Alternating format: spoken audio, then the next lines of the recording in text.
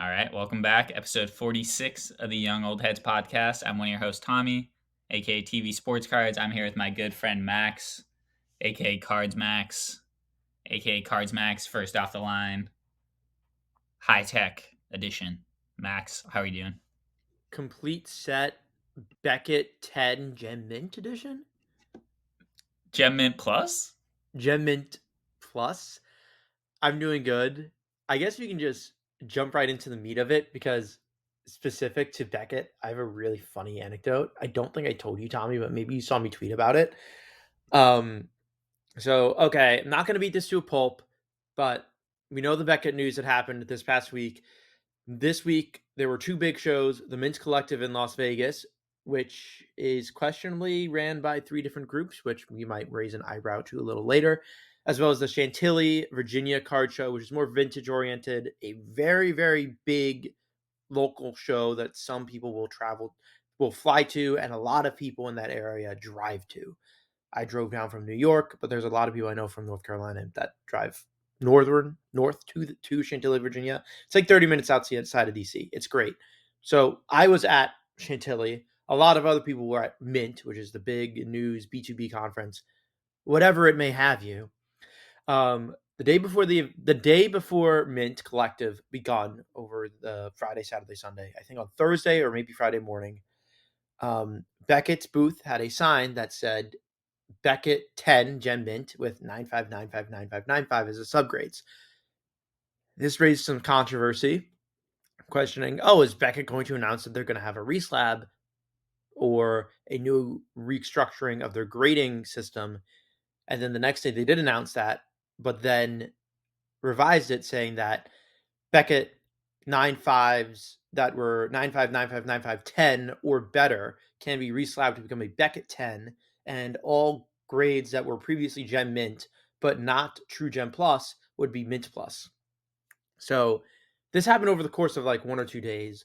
So I want to say Saturday at Chantilly, I sold my John Morant downtown, which, as grinders of the podcast know, longtime lovers of the podcast know, was a PSA 9 I bought off PWCC, became a True Gem Plus Beckett 9.5, and I sold it to a pair of individuals who paid strong on it, but paid strong on the guys that they were intended to reslab it as a Beckett 10 because it was True Gem Plus. And then, as we all know, the following day, due to the vicious criticism Beckett got on this move, they said, we're scrapping the idea. We are not restructuring our grading system. Min gems are Gem Mint, and everything below pristine is Gem Mint. Tommy, did you know that I'd had that little move? So I did see the tweet about it. I did not know the card that was involved, the John Morant. So that's good background for me now.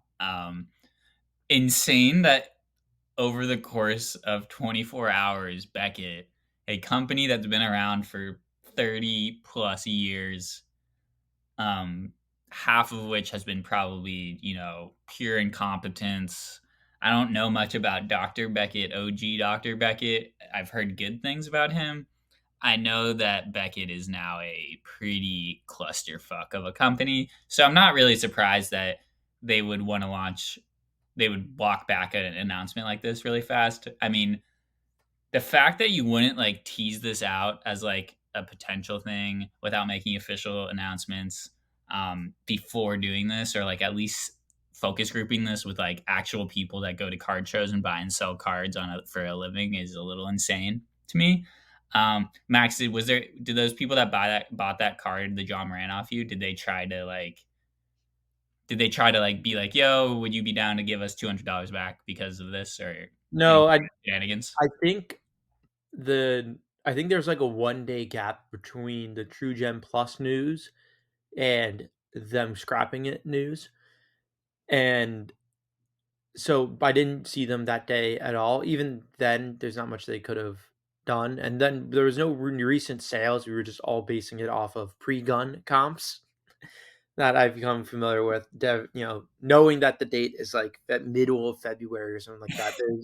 There's your pre-gun comps, and then there's your post-gun comps. But we were dealing with pre-gun comps here, and they were paying like they were playing like a little bit under of like min gem pre-gun prices for my true gem, and I'm like, I have had this exact offer before pre-gun and I declined it. I can't let this go post-gun. I need to exit. You have owned a lot of John Morant cards through the whole gun fiasco. I I'm still own a big one. I'm hoping to see some playoff basketball action from him that is on court only. So looking forward to you being able to liquidate John Morant during playoff season, Max. Um, I feel like the Beckett, real quick, just my 2 cents on how like how much bag fumbling was done by Beckett throughout its history. I mean, we're talking about a company that was synonymous with card prices, pretty much the sole authority on the idea for a solid decade of the start of the industry, basically as a mainstream thing. A company that never has adapted to the internet. The internet being something that's been around now for what 25 years. You know, I don't even know what the internet is. something that like most companies that were around pre-internet have tried to adapt to being an internet, type of company. Beckett absolute fumbled the bag every step of the way through the .com boom, through everything, through BVG, BCCG, through their insanely terrible inventory system, where they've gotten passed by companies like ComC when it comes to logistics and stuff. It's like every they had an advantage in pretty much all of the business sides of cards that wasn't distribution of the actual cards, and they fumbled the bag every step of the way. No company has lost more wild cards have rose in popularity over the last 5 years. I've heard numbers thrown around like 2014 being a year where their grading kind of started slipping. People stopped caring as much about submitting to them. I know now they're absolutely trailing CSG as like CSG is completely passed them by in terms of just numbers and especially growth. I mean, growth is like Beckett has negative growth. It makes sense to me that they're trying these sort of like Hail Mary ideas, throwing them out there, seeing if they stick with the community. This one, obviously a terrible one. Um, Beckett, not a company I would personally be investing in. So at that, Yes. I feel like we should. Negative growth is bad. Be a grower and not just a shower. Beckett is needing to get a life system check and get a check on what they're doing in the marketing department. Like, hello, there's just ring, ring, ring. You just made yourself look bad. Pick Yeah, up the phone. yeah. Would not want to be working for Beckett customer support this week. So prayers up Oh, to you don't want to everyone. be working for PWCC customer support either. I've been given no mercy on them lately. Yeah, what's been going on with your PWCC action? Nothing too crazy, but like you know me, I've been grinding for some eye appeal stickers, which is fun. My satchel page got a nice little A on it, so that's top 30% for the grade. So that's fun. But I sent them some of like my Highlanders T206 cards, which like aren't killer cards, but I mean I have them listed on eBay like for like above comps. I'm not that comps mean anything, but like above market, just so that like okay, if someone wants to buy one, they can, and if they don't, then okay, I just keep and have it like I usually do. But I sent them to PWCC just for the stickers, and it's funny they gave me a sticker on my PSA2 1966 Mantle, which their insurance. So I'm skipping a step. In order to be eligible to get a sticker, you need to be not only earn it on merit of eye appeal, but also it has to be appraised and worth above $250. My Mantle PSA2, phenomenal PSA2, probably an exception because it's a Mantle. They gave it a sticker. Its insurance value was $170. I'm like, okay, interesting. I have three. I had 206 cards, but I had three particularly that last sold on two of them because they're the exact same card. The appraisal value was 225 and 260 when last sold for that grade was $400. And I'm like, hey, can I take a look at this? Like, did this not earn it based off merit, or did not earn it based off of not being worth over $250? And like, no, it's not worth over $250. And I'm like, but these sales are all for 300. Why are you not giving me appraisal value for over 250? And they're like, yeah, they said it's final. Sorry. And I'm like, are you kidding me? And even more egregiously, I had one card that they appraised at being worth $150 and last sold was 400. And I'm like, are you telling me that there's that despite these consistent $400 sales, you're praising it as 150 and I'm not even eligible to get my cute little sticker? And they're like, yeah, pretty much. And I'm like, oh my god, you're giving me a reason to dislike you. You don't want to give me a reason to dislike you, or else I'll just keep my little New York Highlanders cards. Obviously, in the case of, I guess, Manals and a much more expensive than $250 card in like my Satchel Page, okay, that's not a worry. But for cards with a spottier sales history and inconsistencies in availability, oh, they will just pick a rabbit out of a hat as to what your appraisal value is and then knock it 40% of what it's worth. So that was a little bit of annoyance, and just wanted to get my cute little stickers. Yeah, I mean, that seems ridiculous that they're so inconsistent with their official policy. Is that like on their website and stuff? Like, we will only get a sticker if it's over $250. I mean, seems absolutely ridiculous to me that.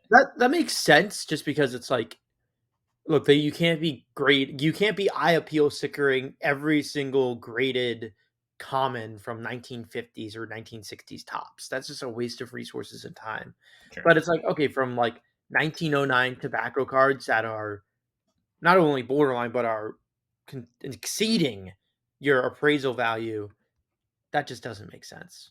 Yeah, I agree. I do want follow ups on all your PWCC eye appeal submission. Yeah. So make sure to follow up on those. But I want to So transition real quick. so just to give you a preview of that real quick, Yeah. um, I have 3 items coming in from Heritage. Um, I think we talked about this last week, probably, but I have the Gaudy Ruth 4-in-1, which is Yes. an SBC one. I think that has a shot. I have a T206, sorry, not T206, it's either T202 or T212 Hassan triple folder with Chrissy Mathewson. It's a PSA 4. It looks great, but there's like a tiny little bit of black ink on Chrissy Mathewson's cheek. It's like tiny, but it's there. So I don't think it gets that based off that. But it's still really cool, in my opinion. It still presents great for a 4, but I could get it. That damages the eye peel, just like on the Walter Johnson, the blue thing on the in between the glove. Yeah, everyone knows what I'm talking about. No, how far into Ken Burns are you right now? I'm still on episode 1. I've been a busy bee. I've been You've been traveling the country, going to fair enough, baseball fair card enough, shows. fair enough. And then the last pickup was the Nap Lajaway PSA 3 that was centered. That looked really nice, and I think that has a shot. Also, last aside, and then Tommy, you can talk about your cardboard.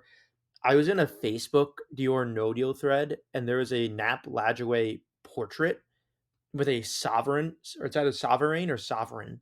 I don't know how to pronounce it, but a sovereign back, which is an off back that's relatively on the more rare side.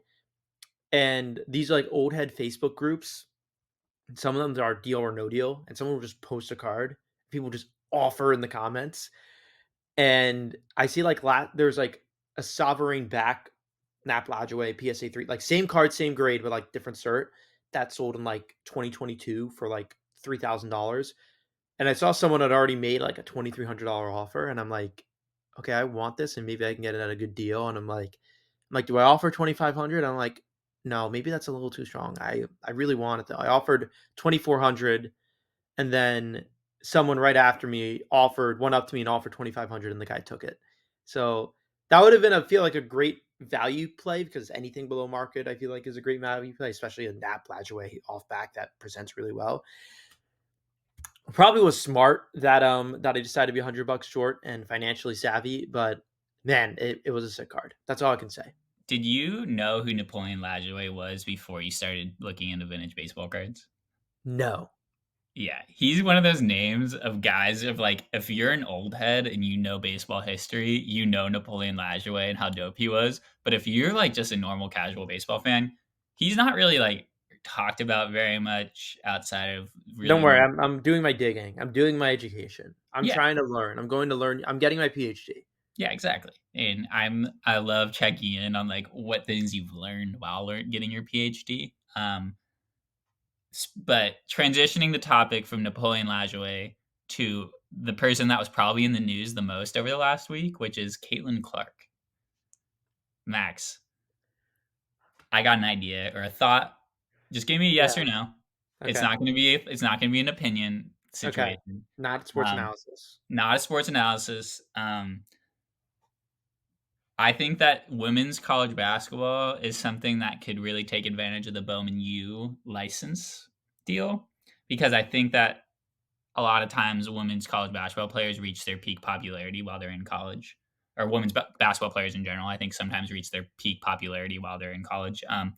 Just for the record, Caitlin Clark has an SI Kids card, which I do own, and recently sold on eBay an SGC 85 for $310, which Is seems wild. yours an SGC 85? Mine is probably not an SGC 85. That card, I don't know exactly where it is on the panel of the SI Kids, but um, cool card. But she's about to get Bowman U cards, so I will be keeping an eye out on Is she those. actually? Yes, she will be in Bowman U. There will be female basketball players in Bowman U this year I for think basketball. we can discuss about actually no, we can't because we're not a sports analysis podcast. But people discuss about the financials of the WNBA to an extremely tiring extent and how it's not some people maintain that it's not very entertaining. In regards to college basketball in like the mid or early to entering the mid 2010s, like it was just UConn completely dominating women's basketball.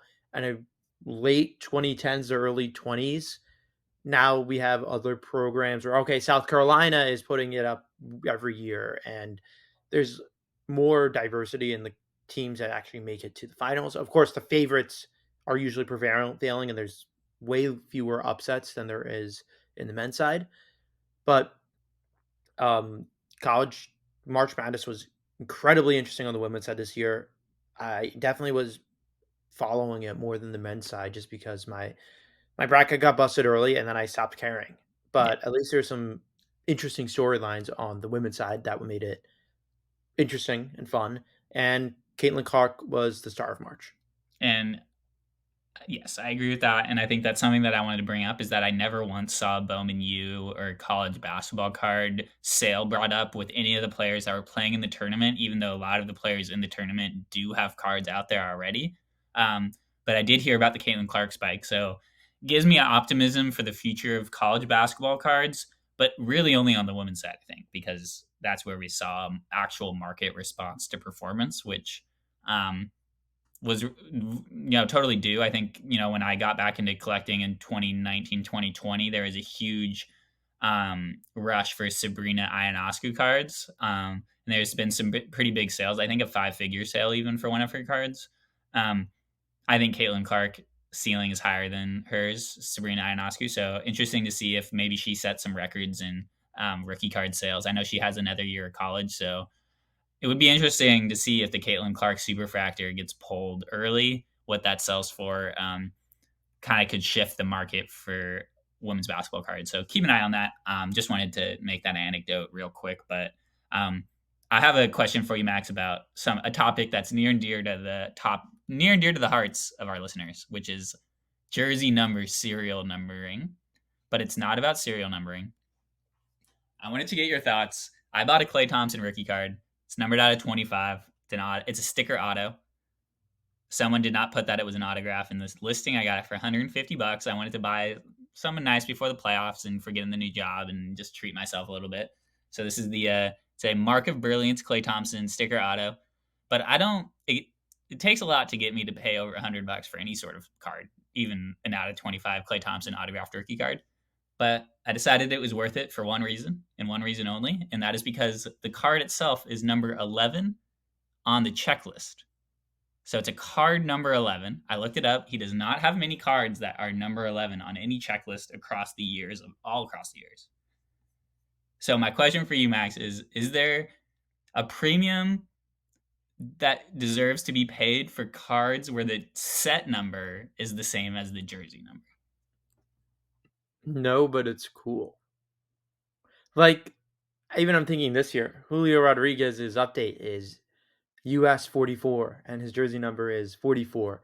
It's a nice little touch and homage that they do to good players.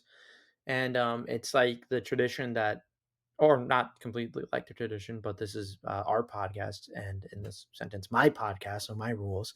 How Tops would always give number 7 in the checklist to a Yankee, and then they stopped doing that in about 2018. Even though Clint Frazier would have been the perfect candidate. Why you did you not know that? I did not know that. Yes, for several years. I don't know when it started and when it ended. I want to say it ended in 2018, but number 7 was always a Yankee. That's cool. I know that they do kind of like a announcement about who's number one on the checklist, and that's always like a special guy that is, face of baseball is kind of the idea Yeah, with card number number one. 1 is a big deal, and that's cool. But Um, I don't see that mentioned in like the post release market very often. Like, oh, this is card number one. You should care about this or whatever. Like, I don't see that really ever. oh wait, just kidding.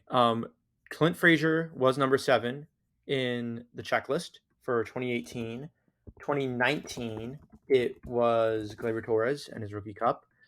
Oh yeah, 2020, it was Aaron Judge, and was 2021 the year that it stopped? Yes, 2021 was the year that it stopped, and it's with the Dab on 'em combo card in 2021 Tops. disrespectful. I Absolutely. I kind of like weird stuff like that though. Set builders out there, if you have any weird thoughts for us or like weird facts about card numbering, set numbering, that's not really something we've ever talked about, but just wanted to throw it out there, Max. I bought a card sort of because it was the jersey number set number. No, Just that adds to it. That makes it cool. yeah, I think it makes it cool too. So I'm excited about that one. Gonna put it in a nice little one touch to fuck with you a little bit. Excited about No, that card. enjoy it and display it in the one touch. Enjoy. I will enjoy it. And I want to have one quick thought for you, Max. This is going to be an unstructured pod this week. I don't know what to tell people. I got a Yeah. lot of random thoughts this week. You got a lot of random thoughts? I think so too. You Lots got of systemic thoughts. Why are red optic cards so cheap? Why does no one give a fuck when it's red Red optic? out of 99? Yes. And then they make all right. That's just my general thought. Tops red refractors out of 5. Huge demand for that card. People love red refractors out of 5. They do not care about green out of 99. Panini goes, oh, we're gonna flip those two. We're gonna make people care about green out of 5. Guess what? People just don't care about green. No one cares. So keep it red out of 5 is way better. That's just. You have any Yeah. thoughts on that? I mean, it's funny how the gold out of 10s outsell the green out of 5s. Yeah, that's At like I first, think I I thought you saw were Ryan's alluding to cards. lime green optics, The which worst. is also similarly numbered to the red out of 99s. I just feel very worried about entering into optic parallels because it's not Prism where people care about them, and the lime green's kind of ugly and they're tough to gem. And I know speaking from a flipper whatever viewpoint, but like optic has been tough recently, and the entry point for most rated rookie autos for optic is just a few $100, and the numbered parallels from optic flirt with the price of a base auto. And this is a rare point, but rare time I'm going to say this opinion. Rare point where it's true, but give me the card with the player's name written on it.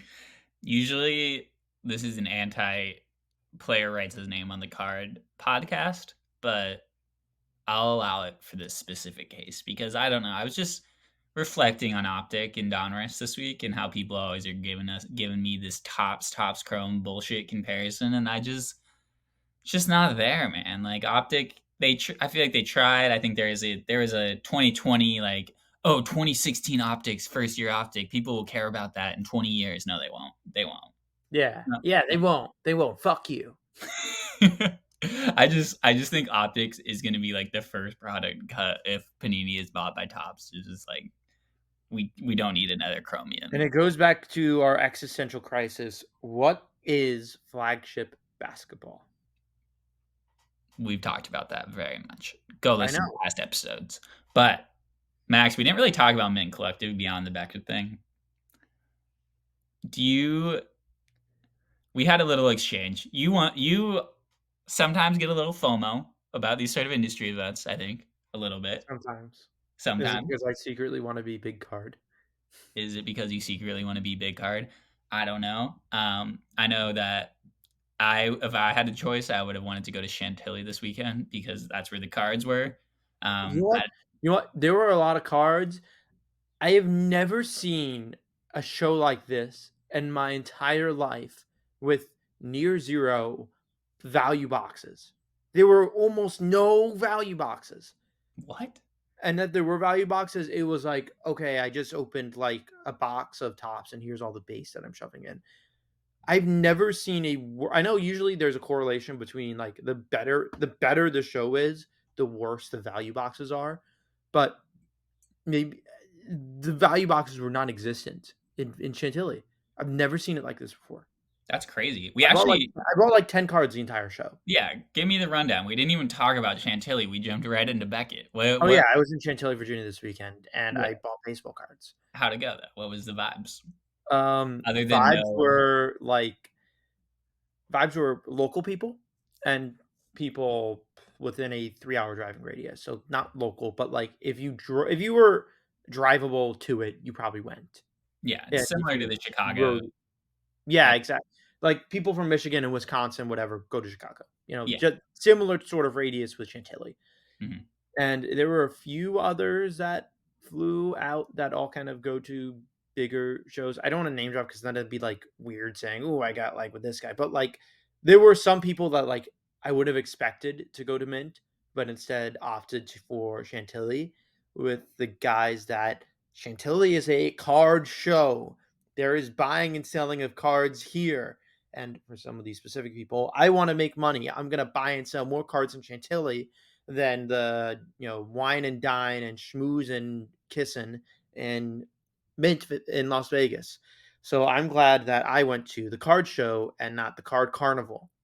Although Yes, the and I card, want to although, make. although frankly the card carnival did seem kind of fun. Like I wasn't there, but like the whatnot booth had like those bars that you grab them and then they turn. Yeah, So, like, the hack that I've always seen on YouTube is that you're supposed to start, like, with your triceps, and then once those get tired, you then drop down and go to your biceps. And yeah, I have, like, been waiting for, like, 2 to 3 years to see if this was accurate, and that if I could win the prize for holding on the bar for over a minute or over 90 seconds, whatever it is.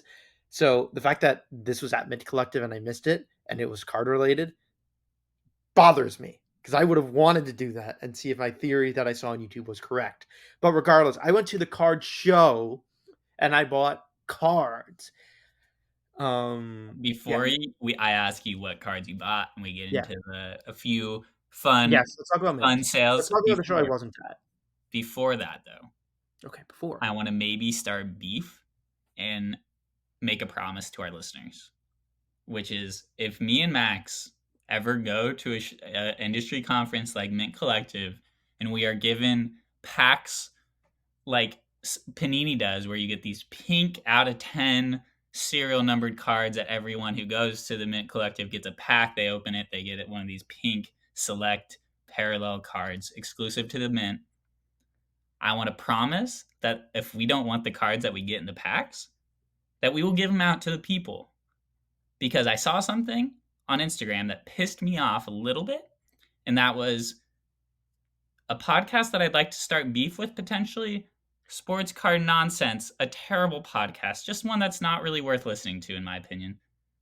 The guy pulls a Steph Curry pink from a pack, posts it on their thing.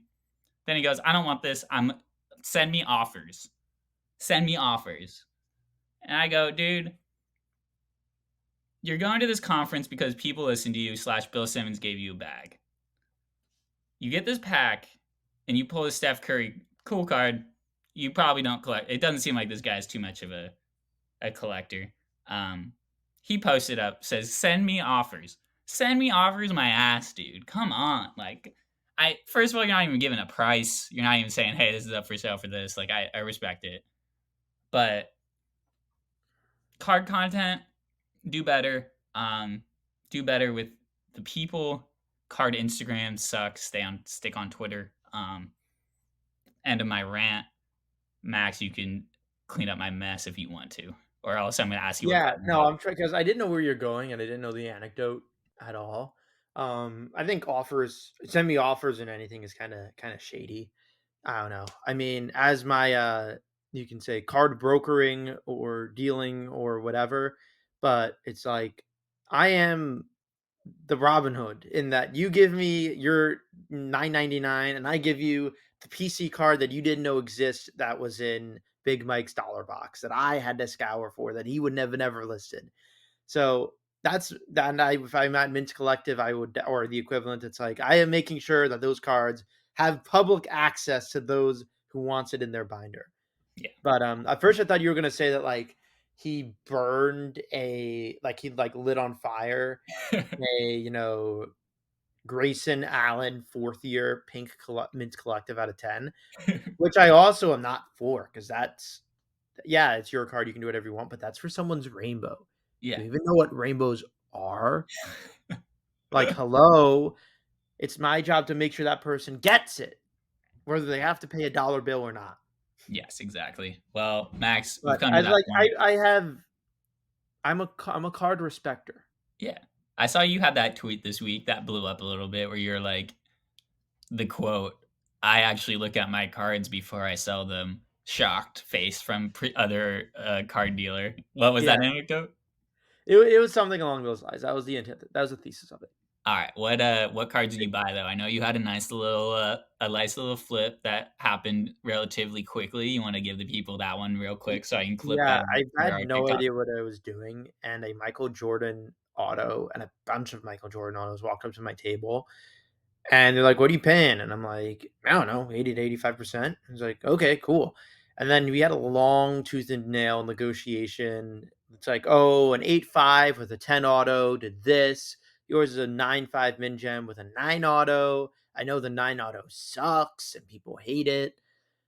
It's like, "What are we doing here? I don't know." It's like I made a very strong offer. He wanted 100, 200 bucks more. I'm like, "No." And I eventually got my price. And then I'm like, I have no idea what to do with this. I don't know this market. So I sold it to a buddy who does deal with Michael Jordan autos a lot. And he cashed me out. And he's probably going to make more money than because I like to eat the pie. Like How some much people just want their piece of the pie. I want to eat the pie. But it was how a much did you lot of profit? How quick was the turnaround? paid 4 grand, sold it for 4,500. In 30 minutes? Yes. Covered my expenses for the trip That's sweet. in Uh, one deal. So that it was was nice. you forgot to mention that it was also a Dr. J dual auto, which I think Did definitely I not adds say it to was it. a Michael Jordan Jewish serving duo auto? You did not say that. Oh, okay. Yeah, no, what was that? And I will say that my dad, big fan of early NBA basketball, thinks Dr. J is like a god. So Yeah, that's sick like to I know. have like the story in my family where like my grandfather gave my dad Dr. J auto when he was a kid and it just got lost somewhere. Or Damn. it's like my great grandfather gave it to my grandfather or something. Well, no, that wouldn't make as much sense. But still, Our grandkids will be like, damn, my damn, I grandfather need that Tom, Carmelo Anthony auto. I he need that Clay Thompson auto. he has an out of 25 sticker Clay Thompson auto. I can't even believe it. Like, where did that go? And it's jersey set number. Jersey set number.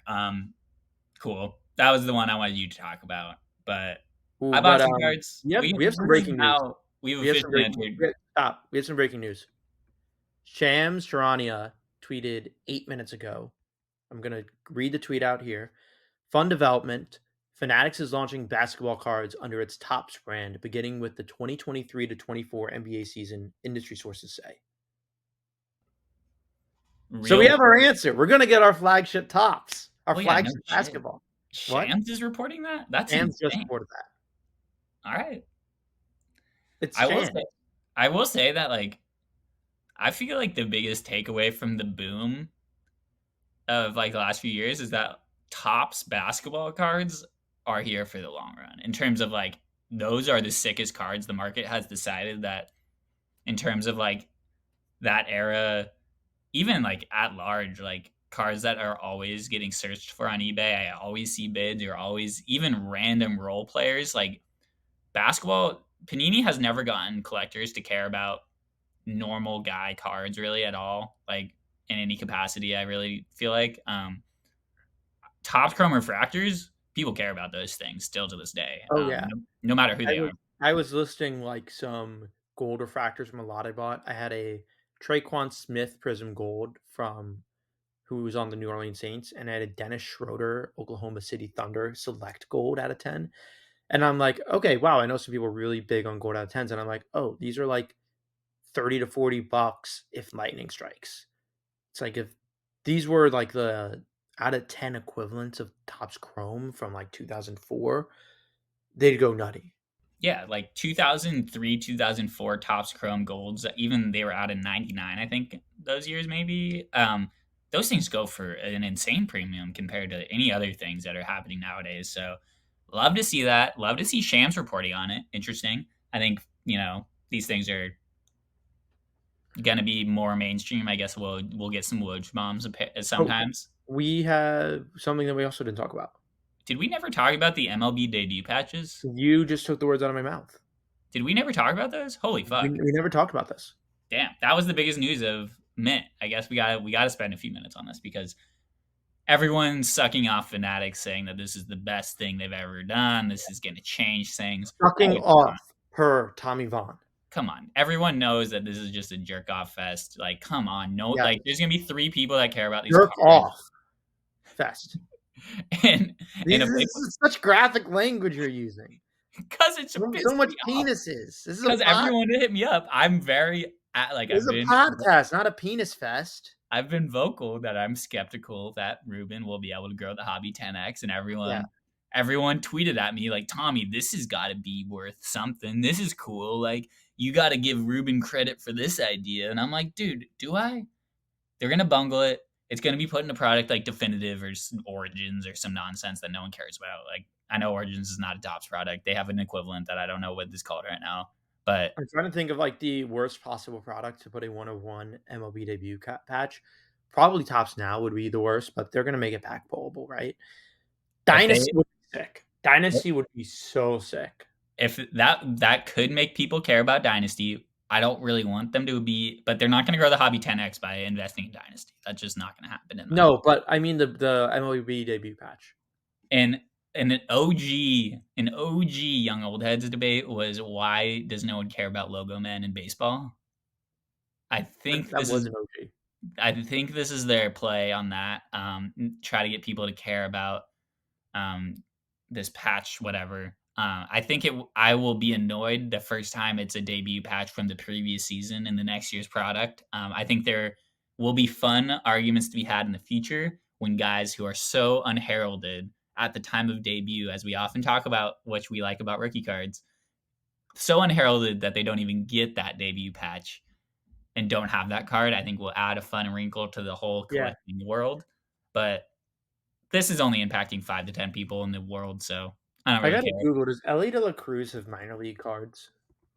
He definitely does. Everyone does. If you're in Yeah, the because 'cause I'm minors, trying to think, because that made me think, okay, Judge catching ball 2017, and that made me, like, throw back to myself saying, "Oh, okay, 2014 selfie, Charleston River Dogs card, elite, elite card," but I'm like, is that just, like, a thing of the 2013s? Do people care anymore? Do they have wacky selfie cards like that? Can I get a minor league card of throwing Ched? Throwing Chet has Cal State Northridge cards. We talked about this. He's on COMC.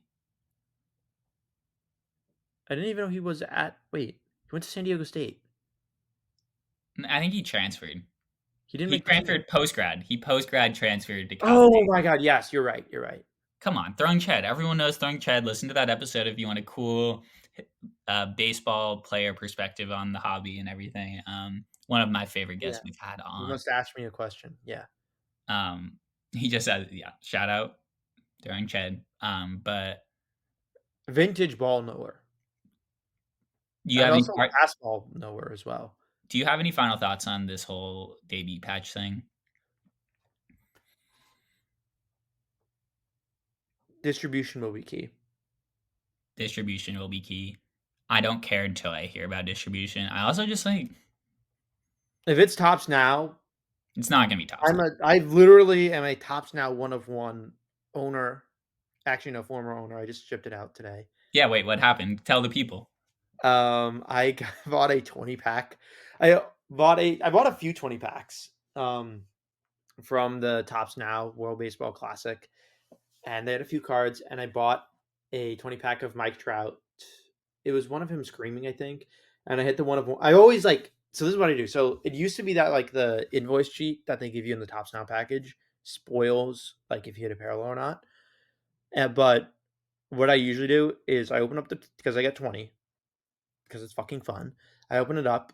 I start counting. They I think they usually now seat them in the back. It used to be random. It used to be like it used to either be like second card would be when the parallel was, but I think now it's more towards the back. I would go and I'd start counting the cards like 1, 2, 3, 4, 5, 6, 7, 8, 9, and then it's like, then I get to the end. It's like 17 or 18 or whatever, and it's like, okay, did they give me an extra base card because I've had that happen before, or am I getting lucky? And then I got to the last card. I was like in my kitchen, like my my jaw, I didn't make any audible noise, but like I just kept my mouth open. I was like, and then I went downstairs to my basement and like got a photo of it and made it look nice. And then I was very excited. I also had an out of 49 of a different trout, which is cool. How do you feel comfortable revealing how much you sold the 101 for? It was, I think, $450, $440, something like Nice. that. So big And bucks that was for you. like, I think like the normal trout ones, you like 200 or so, 250 or so. And then like I added a little tax for World Baseball Classic. And that was like, I'm a hard baller, It's like I don't like selling my pack pulled one of ones anyway. But also at the same time, it would have been irresponsible to myself to not capitalize on World Baseball Classic hype while it was still there. Yeah. So I felt like I made a strong decision. I felt like some people told me, "Oh, you could get 1,000 for a Trout one of one." I'm like, the road to opening day, like one of one autos do like 1,000. Like pump the brakes. It's Tops Now. No one cares. So I bought a card that was Yeah, a direct from Topps card from 2019 this week and went for more than I was expecting. Found it just because I was doing a Buster Posey auctions ending soonest little binge. And I wanted to get your thoughts on what I haven't done much research on this type of product, but I know Throwback Thursday, TBT. It's a Throwback Thursday. It is Buster Posey and Clayton Kershaw. It's a division matchups. I think this is like a 1961 Tops that's design. Like clean. this is a super clean. So I've never seen really many Clayton Kershaw Buster Posey cards. Um, That's cool. isn't this sick? So I got this for 20 bucks, but there was someone bidding against me. And the print run What I think it year? was like 439, What year? 2019. That's cool. So weird little like thing about how Tops like on demand cards generally I'm skeptical of. I very rarely like purchase them for myself. Like up front, I do kind of do it for Panini Instant sometimes because not many people know about that, and I like Upper Deck E Yeah, packs. I gotta keep my eyes on Panini Instant more, but it's just like they don't drop cards often, and they usually are boring. Yeah, they're mostly boring, but they actually have some of the best images I think that they use when they hit. They don't hit often, but when they hit, they hit. And this card, the Buster Posey Clayton Kershaw card, I just was like, that's the sort of weird thing that like that's what I'm looking for in a instant on demand product is like this kind of weird stuff that you don't see often. Buster Posey and Clayton Kershaw Yeah, in one card. You don't see that very often. You won't really agreed. see that in packs at least. So cool card I bought on eBay this week. That's it. You got a final card you want to talk about, Max, before we depart? Um, I bought some really cool stuff in Chantilly. Can you Like I list have it off super fast? what? Can you list off things that you bought in Chantilly real quick? BGS top four that come to mind, and I only bought like 10 cards anyway. Was Beckett 9.5, True Gem Plus. Ironically, before the we're getting rid of this 9.5 stuff. We're scrapping the restructure. 2017 Topps Heritage Aaron Judge. PSA 2 1952 Topps Hank Aaron. Sorry, I suck. 1954 Topps Hank Aaron. PSA 2. They got my twos mixed up. PSA 1 1949 Bowman Jackie Robinson. PSA 1. And PSA 10 Mike Trout Gold Refractor 2020 Topps Chrome. Cool card. Nice. And You love as 2020 the tops. it I mean, I saw Gold Refractor PSA 10 in the wild. Whatever price I get it at is a steal. I'm probably gonna put it online just for like the flipper price kind of. But it's like, yeah, if you want it, you gotta give me the bread because it's a sick card. Yeah. And the last one, honorable mention, 2016 TriStar Prospects Clayton Kershaw sticker auto PSA 10, 2006. 2006 Prospect. TriStar is a weird product. Um, that and Razor 2008, another weird one. If you're interested in looking into weird prospect sets. Max, this has been a fun one. Very weird, very unstructured. A lot of good thoughts though. Think people will have learned something. I learned about the number 7 mantle thing. Um, Yeah. it's a big week of cards. Big week of cards. Next week, another big week of cards. I'm excited to talk about the impacts of not the actual action, but the impacts of playoff basketball on your flipping life and baseball season starting up. Seeing what's going on with that. I'm gonna go enter my home run challenge cards that I got in my series Oh, one that hobby sounds so much box. fun. Yes, Home run challenge is so great. that's a good investment. Good things that Top says. But Max, it was fun. I'll talk to you next week. Yeah, baseball card's good. Peace, peace.